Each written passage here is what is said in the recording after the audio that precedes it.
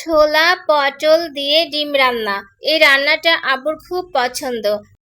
আব্বু খেতে চেয়েছে তাই আমি রান্না করলাম। কিভাবে রান্না করলাম সেটাই তোমাদের সাথে শেয়ার করতেছি। কিছু ডিম রাইস কুকারে ঢাকনার ওপরে রেখে সিদ্ধ করে নিয়েছি। এখন ডিমগুলোকে খোসা ছাড়াতে হবে। একটা একটা করে সবগুলো ডিমের খোসা ছাড়িয়ে নিচ্ছি।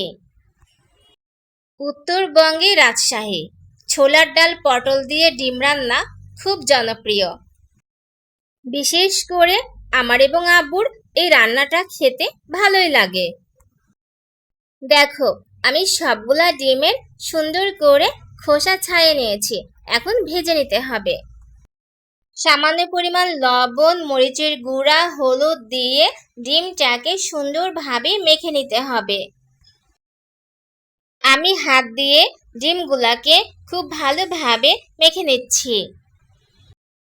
ডিমগুলা আমার মাখানো হয়ে গেছে। এখন ভাজার পালা। চুলায় কড়াই বসায় দিয়েছি, তাতে সামান্য পরিমাণ তেল দিয়ে দিয়েছি এবং তেলের মধ্যে সবগুলা ডিম আস্তে আস্তে ছেড়ে দিতে হবে। কড়াইয়ে অল্প পরিমাণ তেল দিয়ে তাতে ডিমগুলাকে আস্তে আস্তে করে নাড়াচাড়া করলে ডিমগুলা কখনো ফোটে না। না হলে ডিমগুলা তেলের মধ্যে ফুটে একদম নষ্ট হয়ে যায়, মানে ভেঙে যায়। কড়াইয়ের মধ্যে তেল দিয়ে দিয়েছি।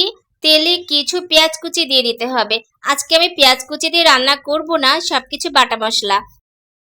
সামান্য পরিমাণ পেঁয়াজ বাটা, রসুন বাটা, আদা বাটা, লবণ, হলুদের গুঁড়া, মরিচের গুঁড়া, ধনিয়া, জিরা সবকিছু দিয়ে মশলাটাকে সুন্দরভাবে কষাতে হবে। মশলার মধ্যে সামান্য পরিমাণ পানি দিয়ে দিলাম যেন মশলাটা পুড়ে না যায়। মশলা কষানো হয়ে গেছে। এখন ছোলার ডালগুলা দিয়ে দিচ্ছি। আমি আগে থেকে ছোলার ডালটা ভিজিয়ে রেখেছিলাম এবং সিদ্ধ করে নিয়েছি। এবং পটলগুলাও দিয়ে দিলাম, কারণ আগে থেকে ছোলার ডাল সিদ্ধ করা ছিল, তাই আমি সঙ্গে সঙ্গেই পটলগুলা দিয়ে দিলাম। পটল এবং ছোলার ডাল মশলার সঙ্গে খুব ভালোভাবে কষাতে হবে। তো আমার কষানো হয়ে গেছে। কিছু কাঁচা লঙ্কা, তেজপাতা, এলাচ, দারুচিনি দিয়ে দিলাম। তারপরে সামান্য পরিমাণ পানি দিয়ে দিলাম।